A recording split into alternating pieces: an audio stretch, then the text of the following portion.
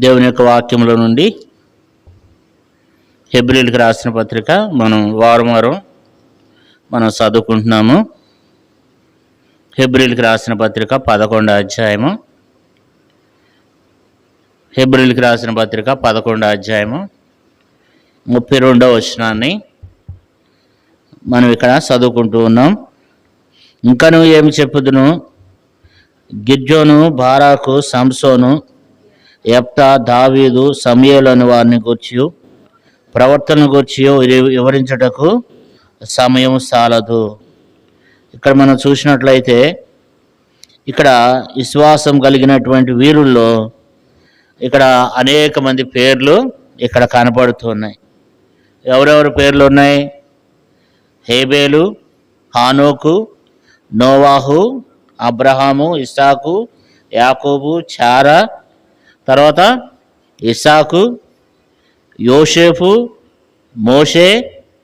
మోషే తల్లిదండ్రులు, తర్వాత ఇశ్రాయేలు వారు, తర్వాత ఎరుకో గోడలు, రాహాబు అని వేశ్య, తర్వాత గిద్యోను, బారాకు, సంసోను, యెఫ్తా, దావీదు, సమూయేలు అని వారిని గురించి ప్రవర్తన గురించి మరి మనం దాదాపు ఈ అధ్యాయం అంతా మనము చదువుకుంటూ వచ్చేసాం, చివరికి వచ్చేస్తున్నాం.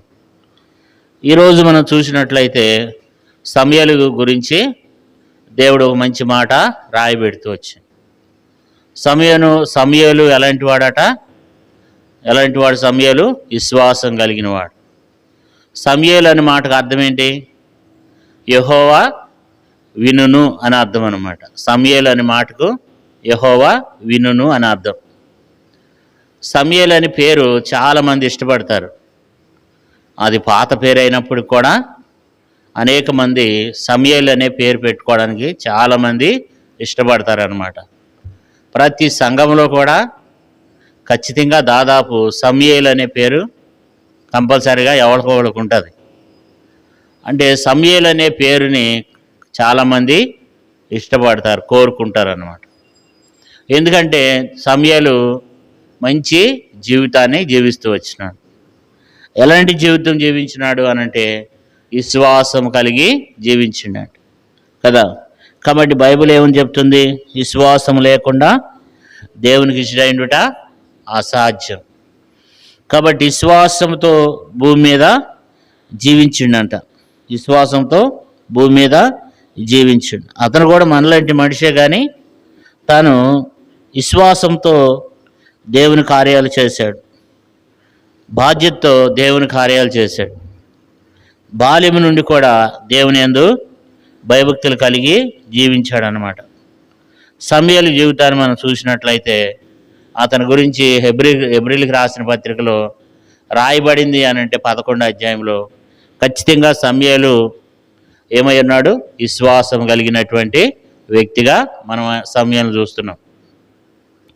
ఇక్కడ మనం చూసినట్లయితే మరి సమూయేలు గురించి మరి అపొస్తలుడైన పౌలు అంటాడు, ఆ విశ్వాస వీరుల్లో సమూయేలు పేరును కూడా రాసి పెట్టాడు అనమాట. సమూయేలు ఎలాంటి జీవితాన్ని జీవించిండంటే చిన్న వయసులోనే ఏం చేశాడంట చూడండి. మొదటి సమూయేలు గ్రంథం మనం ఒకసారి మొదటి సమూయేలు గ్రంథంలో కొన్ని మాటలు మనం చదువుకుని మనము ప్రార్థనలోకి వెళ్దాం. మొదటి సమూయేలు గ్రంథము 1వ అధ్యాయము, మొదటి సమూయేలు గ్రంథము 1వ అధ్యాయము 26వ వచనం నుండి మనం చూస్తే, నా ఏలినవాని ప్రాణం తోడు నీ వద్ద నిలిచి యెహోవాను ప్రార్థన చేసిన స్త్రీని నేనే. ఈ బిడ్డను దయచేయమని యెహోవాతో నేను చేసిన మనవిని ఆయన అనుగ్రహించను. కాబట్టి నేను ఆ బిడ్డను యెహోవాకు ప్రతిష్ఠిస్తున్నాను గనుక వాడు బ్రతుకు దినములన్నిటిని వాడు యెహోవాకు ప్రతిష్ఠుడని చెప్పాను. అప్పుడు వాడు యెహోవాకు అక్కడనే మొక్కెను. చిన్నతనంలో 3 సంవత్సరాల వయసులో ఆ తల్లి మొక్కుకుంది. చిన్నతనంలో ఏమని మొక్కుకుంది? ఆమెకు పిల్లలు లేకపోతే, మన అందరికి తెలుసు, పిల్లలు లేకపోతే ఆ తల్లి మొక్కుకుంది, దేవా ఒక కుమారుడిని నాకు ఇస్తే, పిల్లలు లేరు అనేటువంటి నింద తొలగిస్తే ఆ పుట్టినటువంటి కుమారుడిని నీకే ఇస్తాను ప్రభువా అని మొక్కుకుంది, మొక్కుబడి చేసుకుంది. దేవుడు ఆమె మొక్కుబడి అంగీకరించి దేవుడు ఆమెకి సమయాలను ఇచ్చాడు. ఇప్పుడు పాలు విడిచిన తర్వాత పిల్లోని తీసుకుని వచ్చి అక్కడ ఉన్నటువంటి దైవ సేవకుడు ఉన్నాడు ఏలీ గారు, ఆయన దగ్గరకు తీసుకొచ్చి ఆ పిల్లోడిని అప్పగించి అంటుంది, నేను కుమారుడు కావాలని దేవుణ్ణి అడిగాను, ఆ కుమారుడు ఇదిగయ్యా, ఇదిగో ఇక్కడి నుంచి వీడు యెహోవాకు ప్రతిష్ఠుడు, ఇదిగో ఈ పిల్లోడు ఇక్కడి నుంచి ఎక్కడ ఉంటాడు, ఇదిగో దేవుని మందిరంలో ఉంటాడు, ఇక్కడి నుంచి ఈ పిల్లోడు దేవుని మనిషి, ఇతడు యెహోవాకు ప్రతిష్ఠితుడు, ఇతన్ని నేను యెహోవాకు సమర్పిస్తున్నానని చెప్పి ఆ పిల్లోడిని దేవుని మందిరంలో ఇడిచిపెట్టింది. ఆ పిల్లోడు ఏం చేశాడంటే, చిన్న పిల్లోడే కానీ ఏం చేశాడంట, అప్పుడు చూడండి, అప్పుడు వాడు యెహోవాకు అక్కడనే మొక్కెను. అంటే చిన్నతనం నుండి ఆరాధించడం నేర్చుకున్నాడు అన్నమాట. బాల్యము నుండి ఆ యొక్క సమయాలు జీవితంలో మనం చూసినట్లయితే, బాల్యము నుండి కూడా సమయాలు ఎలాంటి వాడంటే స్థిరమైనటువంటి భక్తి. బాల్యం నుండి చచ్చిపోయే వరకు కూడా, బాల్యం నుండి వృద్ధాప్యం వచ్చే వరకు కూడా సమయాలంట కుడికి కానీ ఎడమకు కానీ తొలగలేదంట. అంటే సమయాల్లో మనం చూసేది ఏంటంటే, ఆనాడు చిన్నతనంలో ఆ తల్లి అక్కడ ఇడిచిపెట్టి వెళ్ళిపోతే అప్పటి నుండి చనిపోయే వరకు కూడా, వృద్ధాప్యం వచ్చి చనిపోయే వరకు కూడా ప్రత్యేకంగా దేవుని కొరకు జీవించాడనమాట. అతను మంచి సాక్ష్యం కలిగిన వాడు, కుడికి కానీ ఎడమకు కానీ తిరగలేదన్నమాట. ఇప్పుడు సమయాల్లో మనం చూసేది ఏంటంటే, మొట్టమొదటి విషయము ఆయన విశ్వాసం గలవాడు అనుకున్నాం. రెండో విషయం ఏంటంటే ఆయన స్థిరమైన భక్తి కలిగిన వాడు అనమాట. చాలామంది బైబిల్లో మనం చూస్తాము, వాళ్ళు కొన్ని రోజులు ఆగిన తర్వాత మరలా ఏం చేస్తారు, వాళ్ళు మరలా చాలామంది తప్పిపోయి మరలా దేవుని దగ్గరికి వచ్చి, లేకపోతే అసలు దేవుడిని విడిచిపెట్టేసి చివరికి నష్టపోయిన వాళ్ళు బైబిల్లో చాలామంది ఉన్నారు. కానీ ఈయన అలాంటి వాడు కాదనమాట. ఈయన చిన్నప్పటి నుంచి కూడా, బాల్యం నుండి కూడా దేవుని యందు భయభక్తులు కలిగి స్థిరమైన భక్తి కలిగి ఉన్నాడు అనమాట. మరి చిన్నతనం నుండి వృద్ధాప్యం వచ్చే వరకు కూడా అలాంటి స్థిరమైన విధానంలో దేవుణ్ణి ఈ వ్యక్తి హత్తుకుని జీవించాడనమాట కదా. అప్పటి నుండి సమయాలు ఏం చేస్తూ వచ్చినాడు, దేవుని ఎదుట ఉండి ఆ స్థిరమైనటువంటి భక్తి జీవితాన్ని కలిగి జీవిస్తూ వచ్చాడు. తర్వాత ఏం చేశాడట, పరిచర్య చేశాడంట కదా. 2వ అధ్యాయము చూడండి, మొదటి సమూయేలు గ్రంథం 2వ అధ్యాయము 11వ వచనం. తర్వాత ఎల్కానా రామాలోని తన ఇంటికి వెళ్ళిపోయాను. అయితే ఆ బాలుడు యాజకుడైన ఏలి ఎదుట యెహోవాకు పరిచర్య చేయుచుండు. దేవునికి ఒక వ్యక్తి గొప్పవాడు కావాలంటే ముఖ్యంగా దేవుని మందిరంలో దేవునికి పరిచర్య చేయాలి. ఒక వ్యక్తిని దేవుడు ఆశీర్వదించాలంటే, దీవించాలంటే మొట్టమొదట దేవుని మందిరంలో ఏం చేయాలంటే పరిచర్య చేసే వారంగా ఉండాలి. దేవుని మందిరంలో పరిచర్య చేయాలి, విధేయత చూపాలి. అప్పుడే ఆ వ్యక్తిని దేవుడు ఆశీర్వదిస్తాడు. ఆ వ్యక్తి ఏం చేశాడంటే పరిచర్య చేశాడనమాట. చిన్నతనం నుండే ఏం చేశాడంట, ఏలి ఎదుట యెహోవాకు పరిచర్య చేస్తూ వచ్చాడంట. ఇదే 2వ అధ్యాయము, మొదటి సమూయేలు గ్రంథం ఇదే 2వ అధ్యాయము 18వ వచనం. బాలుడైన సమూయేలు నారతో వేయబడిన ఏఫోదును ధరించుకొని యెహోవాకు పరిచర్య చేయుచుండు. చూడండి, యెహోవాకు పరిచర్య చేస్తున్నాడు, దేవునికి పరిచర్య చేస్తున్నాడు. అంటే దేవుని మందిరంలో ఏ పని చేసినా ఎవరికి, మనుషులకు కాదు, దేవుని కానీ మనం గుర్తుపెట్టుకోవాలి. చాలామంది దేవుని దగ్గరికి వస్తారు కానీ దేవుని దగ్గర ప్రతిఫలం ఆశిస్తూ వస్తారు. దేవుని మందిరానికి వస్తే దేవుడు ఏదో సహాయం చేస్తాడు, దేవుడు ఏదో ఇస్తాడని కాదు. అటు ప్రతిఫలం ఆశించకుండా నేను చేసేది దేవునికి చేస్తున్నాననే విశ్వాసంతో మనం దేవునికి పరిచర్య చేస్తే దేవుడు మనలను గణపరుస్తాడు అనమాట కదా. ఇక్కడ మనం చూసినట్లయితే 3వసారి కూడా రాయబడింది అతని గురించి. 3వ అధ్యాయం 1వ వచనంలో, మొదటి సమూయేలు 3వ అధ్యాయం 1వ వచనం. బాలుడైన సమూయేలు ఏలి ఎదుట యెహోవాకు పరిచర్య చేయుచుండు కదా. ఏలి ఎదుట దేవుని దగ్గర ఏం చేశాడంట, పరిచర్య చేశాడంట. ఎంత గొప్ప పరిచర్య చేశాడో కదా. చిన్నతనం నుండి కూడా ఆ మందిరంలో పరిచర్య చేస్తూ వచ్చాడు అనమాట. దేవుని కొరకు సమర్పించుకున్నాడు, దేవుని కొరకు క్రయం చెల్లించాడు, దేవుని కొరకు కష్టపడ్డాడు అనమాట. అందుకనే దేవుడు ఆ వ్యక్తిని ఏం చేశాడు? ఇష్టపడ్డాడు. కాబట్టి దేవుని మందిరంలో పరిచర్య చేస్తూ వచ్చినాడు. దేవుని మందిరంలో పరిచర్య కష్టంగా కాకుండా ఇష్టపడి చేయాలన్నమాట. ఇష్టపడి ఎవరైతే చేస్తారో వాళ్ళని దేవుడు ఆశీర్వదిస్తాడు. చాలామంది దేవుని మందిరానికి రావాలంటే, సంఘ ప్రార్థనకు రావాలంటే కదా ఎట్లుంటారు చాలామంది, సంఘ ప్రార్థన అనుకో ఇంటి దగ్గర కూర్చొని కాలయాపన చేస్తూ ఉంటారు. సంఘ ప్రార్థనకు రావడానికి ఇష్టం లేదు, అది కష్టంగా భావిస్తారు. అందుకని వాళ్ళ జీవితాల్లో ఆశీర్వాదాలు అనేవి ఉండవు. తాత్కాలికంగా ఉంటే కొన్ని రోజులు ఉంటాయి, కానీ స్థిరమైనటువంటి ఆశీర్వాదం మనలో జీవితంలో కలగాలంటే అన్నిట్లో సమయాల వలె నమ్మకంగా మనం దేవుని మందిరంలో దేవుని దగ్గర మనం పరిచయం చేస్తే దేవుడు ఏం చేస్తాడు? ఆశీర్వదిస్తాడు అనమాట. సమయలు ఏం చేస్తూ వచ్చినాడంట? మూడో విషయము, దేవుని మందిరంలో ఏలి ఎదుట, ఎవరెదుట? ఏలి ఎదుట యెహోవాకు పరిచర్య చేస్తున్నాడు. కాబట్టి దేవుని మందిరంలో విడిచిపెట్ల. మరి ఆ దినాల్లో దేవుని మందిరం ఎట్లా ఉండంటే భయంకరమైనటువంటి పరిస్థితి ఉంది ఆ రోజుల్లో. ఆ రోజుల్లో ఎలాంటి వాళ్ళు అంటే, ఏలి కుమారులు యెహోవాని ఎరగని వారే మిక్కిలి దుర్మార్గులు. అక్కడ ఉన్నటువంటి పాస్టర్లు ఎలాంటి వాళ్ళు అంటే, ఆ యాజకులు ఎలాంటి వాళ్ళు అంటే మిక్కిలి దుర్మార్గులు అనమాట. వాళ్ళు దేవుని ఎవరో తెలవకుండానే వాళ్ళు పరిచర్య చేసే దినాలు అక్కడ. అలాంటి దినాల్లోనంట మరి దేవుని దర్శనం లేదంట ఆ రోజుల్లో. అయితే అక్కడ ఏం చేస్తూ వచ్చాడంట? అక్కడ పరిచర్య చేస్తూ వచ్చాడంట. ఆ మందిరంలో అట్లున్నారు ఇట్లున్నారు అని చెప్పి చూడుకోకుండా దేవుని మందిరంలో ఏం చేశాడు? పరిచర్య చేశాడు. తర్వాత మరి అతనిలో నాలుగో విషయం ఏంటంటే, దేవుడు అతన్ని దర్శిస్తూ వచ్చాడంట.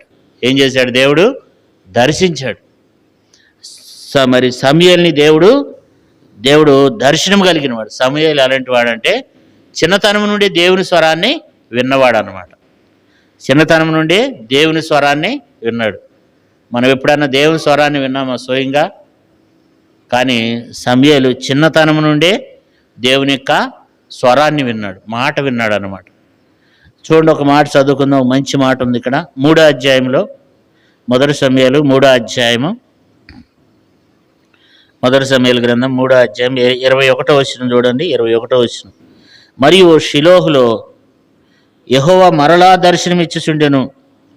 షిలోహులో యెహోవా తన వాక్చేత సమూయేలునకు ప్రత్యక్షమగుచు వచ్చెను. సమూయేలు మాట ఇశ్రాయేలు వారందరిలో వెల్లడాయను. ఇక్కడ మనం చూస్తే ఈ చక్కని మాట దేవుడు రాయబడింది. మాట ఇక్కడ ఏముందంటే, మరియు షిలోహులో యెహోవా మరలా దర్శనమిచ్చుచుండెను. షిలోహులో యెహోవా తన వాక్కు చేత సమూయేలునకు ప్రత్యక్షమవుతూ వచ్చెను. సమూయేలు మాట ఇశ్రాయేలు అందరిలో వెల్లడాయను. సమూయేలు ఎలాంటి వాడట? మరి దేవుడంట దర్శనమిస్తున్నాడంట. మరలా దేవుడు దర్శనమిస్తున్నాడంట. మరలా దేవుడు సమూయేలుతో మరలా మాట్లాడుతున్నాడు అనమాట కదా.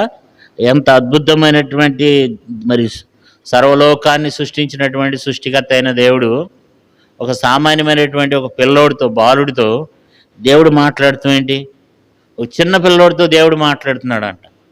చిన్న పిల్లోడు, ఆ పిల్లోడితో బాలుడు అని రాయబడింది ఇక్కడ. చిన్న పిల్లోడు బాల్యం నుండి కూడా దేవుని స్వరాన్ని, పెద్దోడయ్యే వరకు కూడా, వృద్ధాప్యమొచ్చే వరకు కూడా మరి సమూయేలు ఏం చేస్తూ వచ్చినాడు? దేవుని యొక్క స్వరాన్ని వింటూ వచ్చాడు, దర్శనం వింటూ వచ్చినాడు, దేవుని యొక్క మాట తను వింటూ వచ్చినాడు. స్వయంగా దేవుడు తనతో మాట్లాడు. మనమందరం ఎట్లా మాట్లాడుకుంటామో దేవుడు కూడా ముఖాముఖిగా సమూయేలుతో కూడా దేవుడు మాట్లాడాడు అనమాట. సమూయేలుతో కూడా దేవుడు మాట్లాడుతూ వచ్చాడు. అంతేకాదు సమూయేలు తన జీవిత పర్యాంతం కూడా ఆయన అనేక మందికి స్వస్థపరిచాడు. మరి ఆయన గొప్ప సేవ చేశాడు. కానీ ఏనాడు కూడా ఎవరి దగ్గర కూడా అన్యాయంగా తీసుకోవాలి. వాళ్ళు ఏదైనా ప్రేమపూర్వకంగా ఇస్తే తీసుకోవడం తప్ప వాళ్ళ దగ్గర డిమాండ్ చేసి ఎందుకంటే సమూయేలు న్యాయాధిపతిగా ఉన్నాడు అనమాట. న్యాయాధిపతి ఏం చేస్తాడు? న్యాయం తీరుస్తాడు కదా. అయితే ఉన్నట్లుగా న్యాయం తీసేవాడు. వాళ్ళ దగ్గర డబ్బులు తీసుకుని న్యాయం చేసేవాడు కాదు.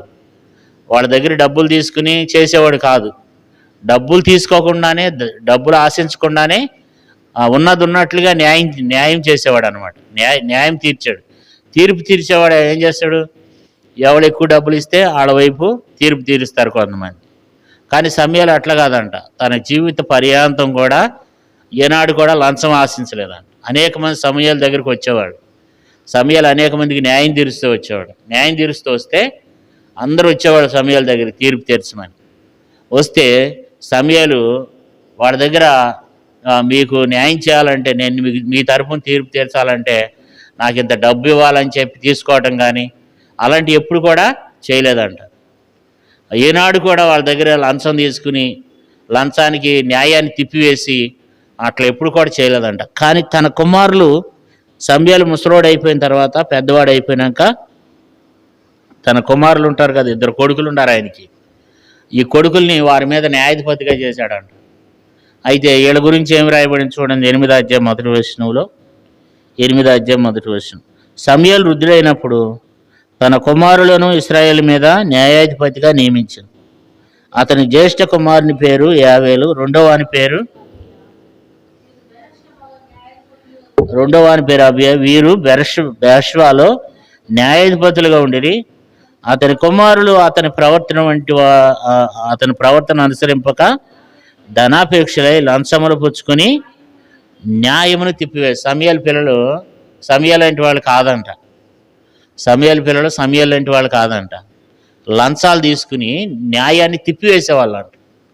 తన కుమారులు న్యాయాధిపతులుగా చేస్తే ఆ తీర్పు తీర్చడానికి అనేక మంది వాళ్ళకున్న సమస్యల కొరకు ఎవరన్నా ఎదురు కొట్టుకుంటారు, పోట్లాడుకుంటారు, భూమి దగ్గర, పొలాల దగ్గర. ఇవన్నీ సమస్యలు ఉంటాయి. అన్నీ తీర్పు తీర్చడానికి ఆ రోజుల్లో కోర్టులు లేవు, పోలీస్ స్టేషన్ లేవు. ఈ దగ్గరికే వచ్చేవాళ్ళు. అయితే మరి వాళ్ళ కొడుకులు అయితే ఏం చేశారంటే లంచాలు తీసుకుని ఏం చేశారంట, న్యాయాన్ని తిప్పివేశారంట. ఎవరు ఎక్కువ డబ్బులు ఇస్తే వాళ్ళకే న్యాయం చేశారంట. కానీ సమయాలు అలాంటి వాడు కాదంట. అందుకని వాళ్ళు ఏమంటున్నారంటే చూడండి ఒక మాట, మరి 8వ అధ్యాయము, మొదటి సమయాలు 8వ అధ్యాయం 4-5 వచనాలు. ఇశ్రాయేలు పెద్దలందరూ కూడి రామాలో సమయాలు నద్దకు వచ్చి, చిత్తగించము, నువ్వు వృద్ధుడువు, నీ కుమారులు నీ ప్రవర్తన వంటి ప్రవర్తన గలవారు కారు. అంటే ఏమంటున్నాడంటే మీ కుమారులు నీలాంటి వాళ్ళు కారు, నీ ప్రవర్తన లాంటి వాళ్ళు కారు మీ కుమారులు. సమయాలు ప్రవర్తన లాంటి వారు కాదంట. సమయాలు మరి యథార్థవంతుడు అనమాట. సమయాలు ఎలాంటి వాడు? యథార్థవంతుడు అనమాట. ఆయన ఎప్పుడు కూడా అన్యాయాన్ని అన్యాయంగానే చెప్పేవాడు, న్యాయాన్ని న్యాయంగానే చెప్పేవాడు అనమాట కదా. కాబట్టి ఎప్పుడు కూడా న్యాయాన్ని అన్యాయంగా మార్చిన వాడు కాదనమాట. అలాంటి వ్యక్తి సమయాలు.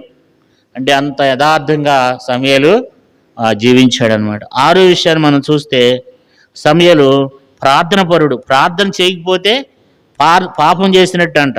బైబిల్లో ఏమంటాడు చూడండి, 12వ అధ్యాయము,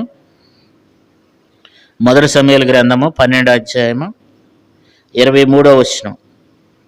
నా మటుకు నేను మీ నిమిత్తం ప్రార్థన చేయట మానుట వలన యెహోవాకు విరోధంగా పాపం చేసిన వాడు నగుదు, అది నాకు దూరమగునుగాక.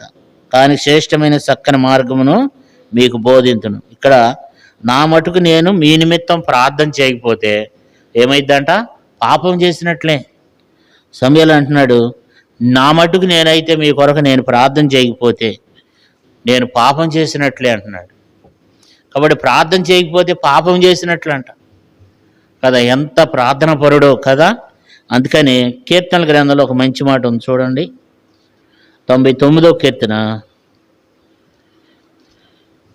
99 కీర్తనల గ్రంథం ముగించుకుందాం తొందరగా. 99వ కీర్తన 6వ వచనం. ఆయన యాజకుల్లో మోషే అహరోను నుండిరి, ఆయన నామాన్ని బట్టి ప్రార్థన చేయవారిలో సమయాలు ఉండెను. కాబట్టి వారు యెహోవాకు మొరపెట్టగా ఆయన వారికి ఉత్తరం ఇచ్చెను. ఇక్కడ మనం చూస్తే ఆయన యాజకుల్లో మోషే అహరోను నుండిరి, ఆయన నామాన్ని బట్టి ప్రార్థన చేయవారిలో సమయాలు ఉండెను. వారు యెహోవాకు మొరపెట్టగా ఆయన వారికి ఉత్తరం ఇచ్చెను. ఏం చేశాడంట? సమయాలు ప్రార్థన పరుడు అనమాట. ఎంత ప్రార్థన పరుడు అంటే ఇర్మియా గ్రంథం 15వ అధ్యాయంలో అక్కడ ఒక మాట ఉంది సమయాల గురించి. ఇర్మియా గ్రంథం 15వ అధ్యాయము, ఇర్మీయా గ్రంథం 15వ అధ్యాయం 1వ వచనం.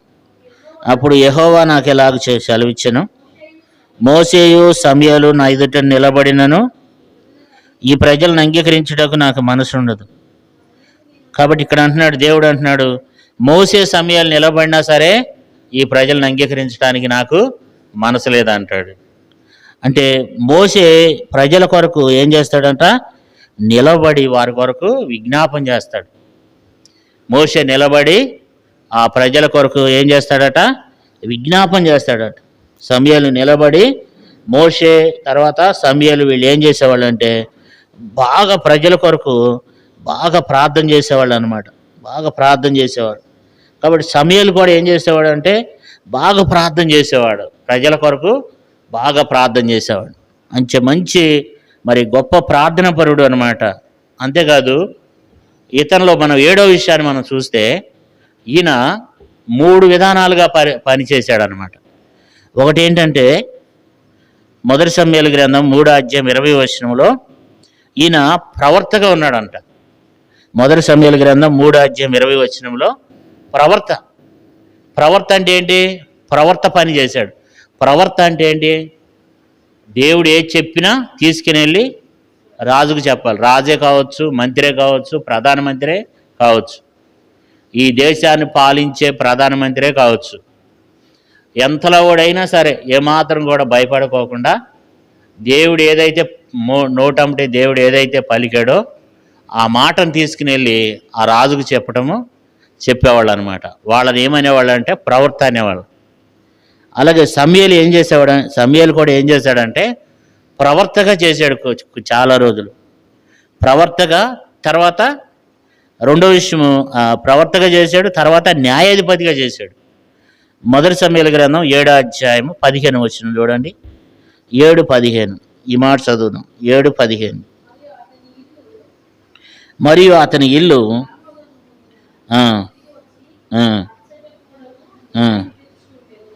అంటే 17వ వచనంలో ఏముందంటే, మరియు అతని ఇల్లు రామాలో ఉన్నందున తిరిగి వచ్చి అచ్చట కూడాను న్యాయం తీర్చుండెను. కాబట్టి ఇక్కడ మనం చూస్తే 7వ అధ్యాయం 17వ వచనంలో ఏం చేసేవాడంట, న్యాయం తీరుస్తూ వచ్చేవాడంట. ఇశ్రాయేలు ప్రజలకి న్యాయాధిపతిగా ఉన్నాడు. మరి ప్రవర్త, న్యాయాధిపతి, తర్వాత దీర్ఘదర్శి. 9వ అధ్యాయము 18వ వచనము అక్కడ కూడా ఉంది చూడండి. 9వ అధ్యాయం 18వ వచనం, 9:18 సౌలు గవనియందు సమూయేలును కలుసుకుని, దీర్ఘదర్శి ఇల్లు ఏది? సమూయేలు సౌలుతో, నేనే దీర్ఘదర్శిని ఉన్నతమైన స్థలమునకు. కాబట్టి ఇక్కడ ఏమంటున్నాడంటే నేనే దీర్ఘదర్శిని. దీర్ఘదర్శి అంటే ఏంటి, జరగబోయే విషయాలు చెప్తాడనమాట. రేపు నీ భవిష్యత్తు ఏమవుద్ది. సౌలుది ఏమంటాడంటే, సౌలు అక్కడికి ఎందుకు వచ్చాడంటే సౌలుకి గాడిదలు పోయినాయి. సౌలు గాడిదలు తప్పిపోతే ఆ గాడిదలు ఎత్తుక్కుంటూ వచ్చారనమాట. ఎత్తుక్కుంటూ వస్తే ఇదిగో పలానా చోట దీర్ఘదర్శి ఉన్నాడు, ఆయన దగ్గరికి వెళ్తే మన గాడిదలు ఎక్కడికి వెళ్ళి చెప్తారని చెప్పి సౌలు ఏం చేశాడంటే, సౌలు తనతో పాటు ఉన్న తన పనివాడు ఎక్కడికి వచ్చారు, ఆ దీర్ఘదర్శి సమూయేలు ఎద్దకు వచ్చారు. అప్పుడు సమూయేలు చెప్తాడనమాట, మీ గాడిదలు పలానా చోట ఉన్నాయి అని చెప్తాడు. దానికంటే ముందేమన్నాడంటే, నువ్వు రాజు కాబోతున్నావు అంటాడు. అంటే జరగబోయే విషయాలు, రేపు ఏం జరుగుద్ది మన భవిష్యత్తు అనేది సమూయేలు చెప్తాడనమాట. దాన్ని దీర్ఘదర్శి అంటాడు. కాబట్టి ఇప్పుడు సమూయేలు ఈ 3 పని చేశాడు. ఒకటి ప్రవర్తగా చేశాడు, రెండోది న్యాయాధిపతిగా చేశాడు, మూడోది దీర్ఘదర్శిగా. ప్రవర్త అంటేనేమో దేవుడు చెప్పిన మాటలన్నీ తీసుకుని వెళ్ళి అవకడ వ్యక్తి ఎంత దుర్మార్గుడైనా సరే, ఎంత గొప్పవాడైనా సరే, దేవుడు చెప్పింది ఏ మాట అయినా సరే నువ్వు సస్తావంటే ఆ మాటలు చెప్పటమే. రెండోది న్యాయం తీరుస్తూ వచ్చాడు, న్యాయాధిపతిగా జడ్జిగా ఉన్నాడు. మూడోది ఆయన దీర్ఘదర్శిగా ఉన్నాడు. జరగబోయే విషయాలు, రేపేం జరుగుద్ది అనే విషయాలు ఆయన చెప్పేవాడు. ఉదాహరణకి గేదెలు పోయినాయి అనుకోండి, ఏమండి మా గేదెలు పోయినాయి అండి, కొంచెం చూడండి ఎటున్నాయో చూడండి అంటే చూసి చెప్తాడు. ఆయన్ని దీర్ఘదర్శి అనేవారు. సమయలు ఈ మూడు ఇట్లో చేశాడు అనమాట. కాబట్టి ఇప్పుడు సమయల్లో మనం ఎన్ని చూసామంటే, ఒకటి విశ్వాసం కలిగిన వాడు, రెండోది స్థిరమైన వాడు. ఒకటి ప్రత్యేకంగా మనకి ఏం చెప్తున్నాడు దేవుడు అంటే, మనం కూడా విశ్వాసం కలిగి ఉండాలి. మనం కూడా ప్రతి విషయంలో దేవుని మీద విశ్వాసం కలిగి ఉండాలి. రెండోది స్థిరమైన భక్తి. చిన్నతనం నుండి పెద్ద వయసు వచ్చేదాకా కూడా అదే స్థిరమైన భక్తి. ఈ రోజుల్లో మనం చూస్తూ ఉన్నాం. మనకి ఇష్టమైతే మందిరానికి వస్తాం, కష్టమైతే మందిరం మానేస్తాం. మనం అందుకే మనకు ఆశీర్వాదాలు లేవు. మనకి ఇష్టమైతేనేమో మందిరానికి వస్తాము, ఇష్టం లేకపోతే నెలల తరబడి మందిరం మానేస్తాం. మందిరం మీద అలుగుతాం, మనం మందిరం మీద అలుగుతాం, లేకపోతే సేవకుల మీద అలుగుతాం, విశ్వాసుల మీద అలుగుతాం. దేవుని అది ఒక బాధ్యతగా దాన్ని మనం తీసుకోము. సమయాలు అయితే దేవుని మందిరానికి వచ్చే బిడ్డలు, ఇది నా బాధ్యత, ఇది నా హక్కు, దీన్ని నేను చెయ్యాలి ఖచ్చితంగా, ఇది దేవుని ఆజ్ఞ అనేది గ్రహింపు అనేది క్రైస్తవులకి చాలామందికి ఉండటం లేదు. ఎందుకంటే దేవుని మందిరానికి మనకిష్టమైతే వెళ్ళటం, మనకు కష్టమైతే మానేయటం అనేది చేయకూడదు. అది సమయలు అంటే స్థిరమైనటువంటి భక్తి సమయలు చేశాడంట. బాల్యం నుండి వృద్ధాప్యం వచ్చే వరకు కూడా ఆ భక్తిని విడిచిపెట్టలే, దేవుని మందిరాన్ని విడిచిపెట్టలే, దేవుని మందిరాన్ని ప్రేమించాడు, హత్తుకుని జీవించాడు అన్నమాట కదా. అందుకని దేవుడు ఆ వ్యక్తిని ఆశీర్వదిస్తూ వచ్చాడు. అంతేకాదు అతని గురించి చదువుకున్నాం, పరిచర్య చేస్తూ వచ్చాడంట. దేవుని మందిరంలో పరిచర్య చేసినని రాయబడింది. అలాంటి వ్యక్తికి దేవుడి దర్శనం వచ్చింది. చిన్నప్పటి నుంచి కూడా దేవుని యొక్క స్వరాన్ని వింటూ వచ్చాడు. అంతేకాదు యథార్థత కలిగి జీవిస్తూ వచ్చినాడు. యథార్థమైన భక్తి, యథార్థమైన జీవితం కలిగి ఉండాలి. దేవుని మందిరానికి వచ్చే విషయంలో నమ్మకత్వం కలిగి ఉండాలి. యథార్థము, నమ్మకత్వం అనేది చాలా ప్రాముఖ్యమైనది. అంతేకాదు ప్రార్థనపరుడిగా మనం అతను చూస్తున్నాం. గొప్ప ప్రార్థనపరుడిగా మనం ఆయన్ని చూస్తున్నాం. తర్వాత ఆయన 3 విధానాల్లో ఆయన పనిచేసినట్లుగా చూస్తున్నాం కదా. ఎంత గొప్ప వ్యక్తో కదా సమయాలు అంటే ఎలాంటి వాడంట.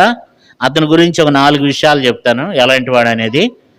చూడండి, చదువుకుందాం. 3వ అధ్యాయము, మొదటి సమయాల గ్రంథం 3వ అధ్యాయం 19వ వచనం. మొదటి సమయాలు 3:19. మరియు సమయలు పెద్దవాడు కాగా యెహోవా అతనికి తోడైనందున అతని మాటల్లో ఏదియూ తప్పిపోలేదు. సమయలు అంట మరి అతని మాటల్లో ఒక్కటి కూడా తప్పిపోయేది కాదంట. మాట అంటే మాటే అనేటట్లు ఉండేవాడంట. అంతేకాదు 7వ అధ్యాయం 13వ వచనం చూడండి. 7:13. ఇలాగున ఫిలిష్తీయులు అనపబడిన వారై ఇశ్రాయేలు సరిహద్దులోనికి తిరిగి రాక ఆగిపోయారు. సమూయేలు ఉండిన దినములన్నిటిను యెహోవా హస్తం ఫిలిష్తీయులకు విరోధముగా ఉండెను. సమూయేలు బ్రతికిన దినములన్నిటిని కూడా అంట మరి దేవుని యొక్క హస్తం ఫిలిష్తీయులకి విరోధంగా ఉందంట.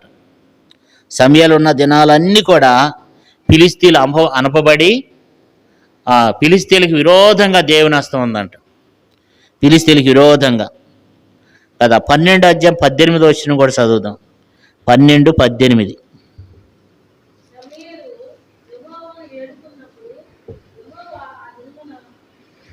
చదువమ్మా. సమూయేలు యెహోవాను వేడుకున్నప్పుడు యెహోవా ఆ దినమున ఉరుములను వర్షమును పంపగా జనవంతులు యెహోవాకును సమూయేలునకు బహుగా బడిపడ్డారంట. మరి సమూయేలు ప్రార్థన చేస్తే ఉరుములు మెరుపులు వచ్చినాయంట. ఉరుములు మెరుపులు వస్తే యెహోవాకును దేవునికిని సమూయేలుకు కూడా భయపడేవాళ్ళు అంట. సమూయేలుకు భయపడేవాళ్ళు, దేవునికి కూడా భయపడేవాళ్ళు అంట. 16వ అధ్యాయం మొదటి వచనంలో కూడా ఉంటుంది.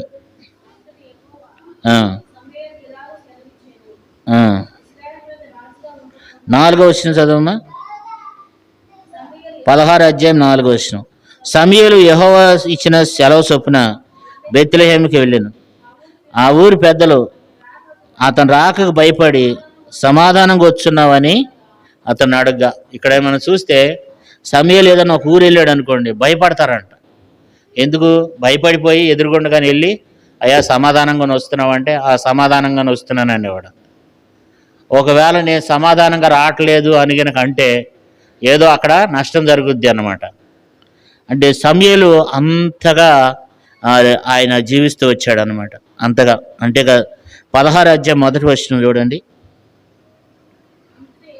అంతటా యెహోవా సమూయేలుతో ఇలాగ సెలవిచ్చెను, ఇశ్రాయేలు మీద రాజుగా ఉండకుండా నేను విసర్జించిన సౌలును గూర్చి నువ్వు ఎంతకాలము దుఃఖింతువు. సాల్లం ఇక్కడ చూస్తే సౌలు తప్పిపోయినాడంట. సౌలు తప్పిపోతేనంట సౌలు కొరకు దుఃఖిస్తున్నాడంట. సౌలు తప్పిపోయినాడు, దేవునికి విరోధంగా అయిపోయినాడు. సౌలు విషయంలోనంట దుఃఖిస్తున్నాడంట, బాధపడుతున్నాడంట. దేవుడు అంటాడు, సౌలుని నేను విసర్జించాను, నువ్వు ఎంతకాలం అని సౌలు కొరకు నువ్వు దుఃఖిస్తావు, నువ్వు సౌలు కొరకు ఎన్ని రోజులని బాధపడతావు. అంటే తన ఒక వ్యక్తి తప్పిపోయినప్పుడు తన విషయంలో ఎంతో దుఃఖిస్తున్నాడు, బాధపడుతున్నాడు అంట కదా. కాబట్టి సమూయేలు అంతేకాదు, మనం చూసినట్లయితే చూడండి 15 అధ్యాయం 35 వచనం, 15:35. సౌలు బ్రతికిన దినములన్నిటిను సమూయేలు అతన్ని దర్శింప వెళ్ళలేదు, కానీ సౌలుని గూర్చి దుఃఖాకాంతుడాయను. చూసారా, సమూయేలు బ్రతికున్న రోజులు సౌలుని చూడటానికి వెళ్ళలేదంట. కానీ సమూయేలు కంట సౌలు విషయంలో దుఃఖాకాంతుడైనాడు. ఒక వ్యక్తి తప్పిపోతే ఆ వ్యక్తి గురించి అంత విలాపం చేస్తున్నాడు. మీరు నమ్ముతారో లేదు కానీ దేవుని సేవకులు, మీరు అనుకుంటారు అవి తెల్ల వస్త్రాలు వేసుకుంటారు, వాళ్ళకేంటి ఏది చేసింత లేదా అనుకుంటారు. కొన్నిసార్లు విశ్వాసులు మందిరానికి రాకపోతే తప్పిపోతే వాళ్ళ విషయంలో ఎంత టెన్షన్ పడతామనేది దేవునికి మాకు తెలుసు, ఎంత దుఃఖపడతామనేది దేవునికి మాకు తెలుసు అనమాట. అంటే అందరం మనం కూడా ఎట్లా ఉండాలంటే ఎదుటి మన విషయంలో మనం ప్రార్థన చేయాలి, వారి విషయంలో మనము దుఃఖపడే వారంగా ఉంటాం, వారి విషయంలో మనం చింత కలిగిన వారంగా ఉండాలి కదా. కాబట్టి సమూయేలు అలాంటి వ్యక్తిగా ఆయన జీవిస్తూ వచ్చాడంట కదా. మరి 9వ అధ్యాయం 6వ వచనం కూడా ఒక మాట చదవండి. 9:6.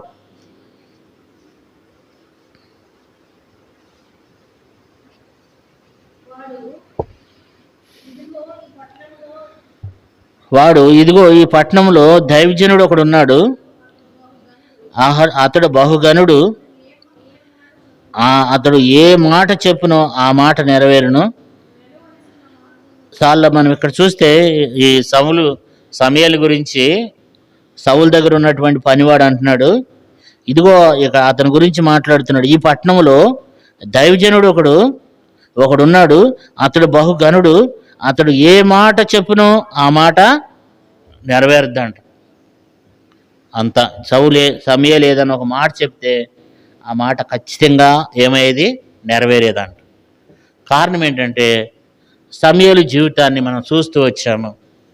విశ్వాసం కలిగి, స్థిరమైన భక్తి కలిగి, దేవుని మందిరంలో పరిచర్య చేస్తూ, మరి దేవుని యొక్క దర్శనాన్ని ఆ రోజుల్లోనంట దేవుడు ఎవరితో మాట్లాడకుండా దేవుడు మానేశాడంట. దేవుడు ఎవరితో కూడా మాట్లాడట్లేదు. బైబిల్లో రాయబడింది, మరి ఆ రోజుల్లో దేవుడు దర్శించడం అరుదైపోయిందంట. దేవుని యొక్క దర్శనం అనేది అరుదైపోయిందంట. దేవుడు ఎవరితో మాట్లాడినటువంటి దినాల్లో ఈ సమూయేలుతో దేవుడు మాట్లాడుతూ వచ్చాడు. అంతేకాదు యథార్థంగా జీవించిండంట. తర్వాత ప్రార్థనాపరుడిగా మనం చదువుకున్నాం, ఎంత ప్రార్థనాపరుడో మనం చూసాం. తర్వాత 3 విధానాల్లో మరి సమూయేలు జీవించాడు. ప్రవర్తగా, న్యాయాధిపతిగా, దీర్ఘదర్శిగా కదా. ఎంత గొప్పవాడిగా కారణం ఏంటంటే దేవుడు ఈ వ్యక్తిని ఆశీర్వదించాడు, దేవుడు ఈ వ్యక్తిని దీవించాడు, గణపరిచాడు అన్నమాట. కాబట్టి సమూయేలు గురించి ఒక మంచి మాట ఉంది, దాని మొదలుకొని బేర్షెబా వరకు సమూయేలు గురించి తెలుసంట. దేశమంతా వెల్లడైపోయింది సమూయేలు అంటే ఎవరు, అసలు ఎంత గొప్పవాడు, అసలు ఎంత భక్తిపరుడు, ఎలాంటి మంచి వ్యక్తి అనే విషయం ఆ దేశమంతా ఏమైంది, అతని గురించి వెల్లడైపోయింది అనమాట. కాబట్టి ఈ రాత్రికాల సమయంలో దేవుడు సమూయేలు గురించి మనతో కొద్ది మాటలు దేవుడు మనతో మాట్లాడుతూ వచ్చినాడు. మనం కూడా దేవుని మందిరం, దేవుని బిడ్డలంగా మరి మనం కూడా విశ్వాసం కలిగి స్థిరమైన భక్తి, ఈ భక్తి అనేది ఎల్లప్పుడూ మనం ఒకే రీతిగా ఉండాలి, మారిపోకూడదు. మనుషులను చూసి, మందిరాలను చూసి, ప్రజలను చూసి మందిరం విడిచిపెట్టేసి వారాల తరబడి ఇంటికాడ ఉంటాం, దేవుని మందిరాన్ని పెడచెవిని పెట్టడం, అంత నష్టం మనకు. మన జీవితంలో ఎంతో నష్టం జరుగుతుంది అన్నమాట. దేవుని మందిరాన్ని అత్తుకుని జీవించాడు, స్థిరమైన భక్తి చేశాడు, పరిచర్య చేశాడు, గొప్ప దర్శనం కలిగి ఉన్నాడు, యథార్థంగా జీవించాడు, కాబట్టి మంచి ప్రార్థనాపరుడిగా జీవించాడు కదా. ఇవన్నీ దేవుడు మనతో మాట్లాడుతూ వచ్చినాడు. మనము వాటిని అనుసరించి మనం ఏం చేయాలి? నడుచుకోవాలి. అలాంటి అనుభవం గుండా దేవుడు మనల్ని తీసుకుని వెళ్ళాలని ఆశపడుతున్నాడు. అలాంటి వ్యక్తులంగా మనం కలిగి మనం ఉండాలి. ఆ రీతిగా దేవుడు మనకు కూడా కృప చూపి సహాయం చేయను గాక. ప్రార్థన చేసుకుందాం.